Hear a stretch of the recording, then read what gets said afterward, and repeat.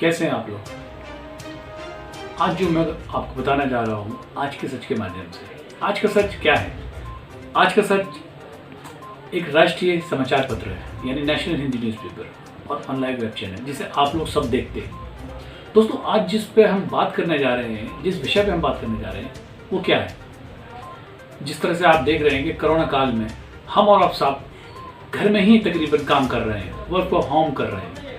तकरीबन हर सोसाइटी के अंदर देख लीजिए, हर मोहल्ले में देख लीजिए, पूरे हमारे भारतवर्ष की यही हालत है। हर एक राज्य परेशान है, हर एक शहर में हाहाकार मची हुई है। जहाँ एक तरफ ऑक्सीजन को लेके हाहाकार मच रही थी, जहाँ पब्लिक त्रस्त थी कि उनको बेड नहीं मिल रहा था, ऑक्सीजन नहीं मिल रहा था। सवाल ये नहीं था कि कोरोना था, सवाल ये था कि ऑक्सीजन नहीं था। जो हमारा भारतवर्ष देश है वो एक्सपोर्टर है, a big exporter around the world. अगर आप उस चीज़ को देखें तो हम वहाँ कहाँ खड़े थे, क्योंकि हमारे पास अपने ही लोगों के लिए ऑक्सीजन नहीं थी। खैर, जैसे जैसे वक्त गुजरा सरकार ने उस चीज़ को पूरा भी किया। क्यों पूरा किया? क्योंकि हमने 15 महीने गुजार दिए और उसकी तैयारी नहीं की।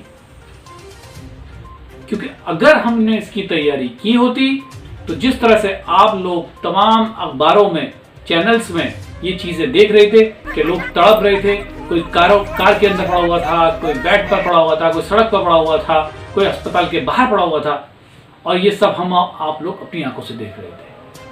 लेकिन क्या था कि उनको ऑक्सीजन नहीं मिली। कोरोना तो बहुत बात की बात थी, अगर ऑक्सीजन मिल जाता तो कोरोना से भी हम जंग जीत लेते। जंग जीती हमने। आज हम उत्तर प्रदेश का देख रहे हैं, आज उत्तर प्रदेश के केसेस काफ़ी घट रहे हैं, बहुत अच्छी बात है। बल्कि हर राज्य के केसेस काफ़ी घट रहे हैं, दिल्ली का हो, महाराष्ट्र का हो, मध्य प्रदेश का हो। अब जब कोरोना के केसेस हमारे काफ़ी घट चुके हैं तो एक दूसरी बीमारी आई है, ब्लैक फंगस। अब ये ब्लैक फंगस क्या है? कि ये भी कोविड की तरह ही है, कि ये कोविड की तरह एक दूसरे को फैल जाती है? तो मैं कहूँगा नहीं। जहाँ तक एक्सपर्ट की राय ये है कि ये एक दूसरे को नहीं होती। ये सिर्फ चांसेस उन लोगों को रहते हैं जो डायबिटिक पेशेंट हैं या ऑक्सीजन पर हैं, जिनको कोरोना हुआ है, तो उन लोगों के चांसेस ज़्यादा है। अब हम ये देख रहे हैं कि जिस तरह सरकारें अब पहल कर रही हैं, क्योंकि जिस तरह कोविड के पेशेंट डिस्चार्ज होके, ठीक होके अपने अपने घर पहुंचे हैं, बहुत अच्छी बात है, बहुत राहत की बात है। और ये खबर बड़ा सुकून देती है कि लोग ठीक होकर के घर पहुंच रहे हैं। अब मेरी सरकार से यही विनती है कि जो कोविड के पेशेंट ठीक होकर अपने घर पहुंच रहे हैं, तो सरकार को चाहिए कि एक ऐसी टीम गठित करे कि उनके घर जाके उन कोविड पेशेंट की जांच हो, कहीं उनको ब्लैक फंगस तो नहीं हो रहा, उनके कोई लक्षण तो नहीं है। क्योंकि ये सब चीज़ें जो पाई जा रही है वो उन्हीं लोगों में पाई जा रही है जो कि कोविड के पेशेंट थे।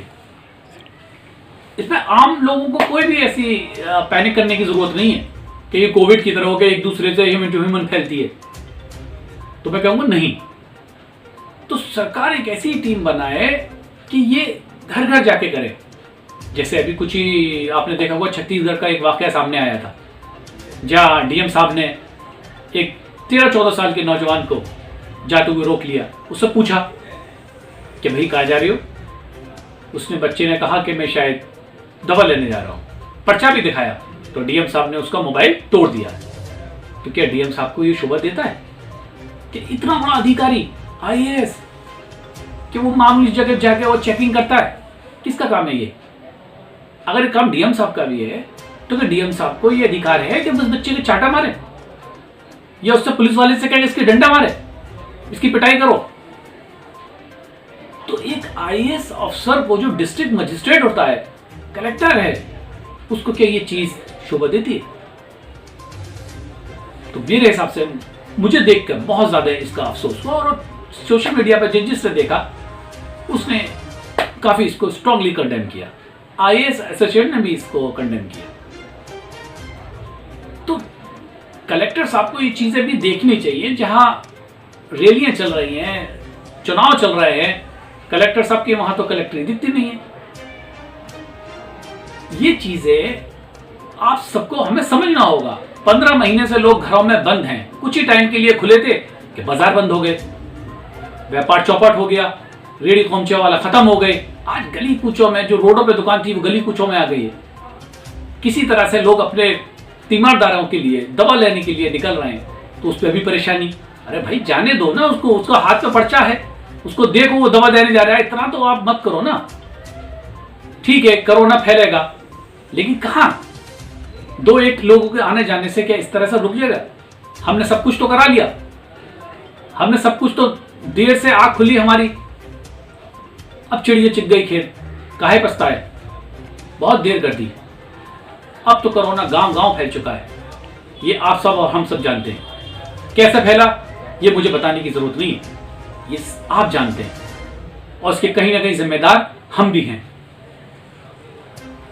तो दोस्तों मैं सिर्फ यही कहूंगा आपसे कि इसको बहुत सीरियसली लीजिए।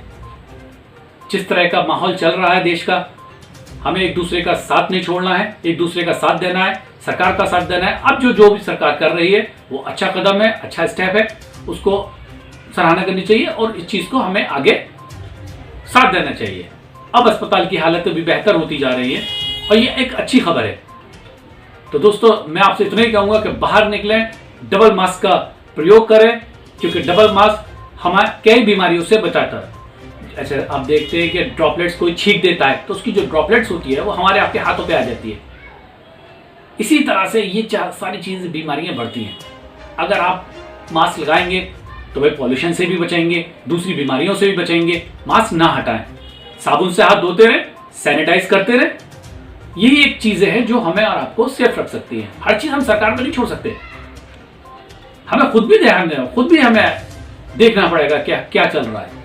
हमारे बच्चों की आज खतरे में है जान, सुना कि तीसरी लहर आ रही है, ये दूसरी चल रही है, हमें उनकी केयर करनी होगी। बच्चे बहुत नाजुक होते हैं और मेरे ऊपर वाले से यही दुआ है कि हम सब इस चीज को केयर करें, हर चीज का ध्यान रखें और हमारे बच्चों को हमें इस तीसरी लहर से बचाना है। और जो जो सरकार की गाइडलाइंस आ रही है हम उसको फॉलो करें। शुक्रिया दोस्तों।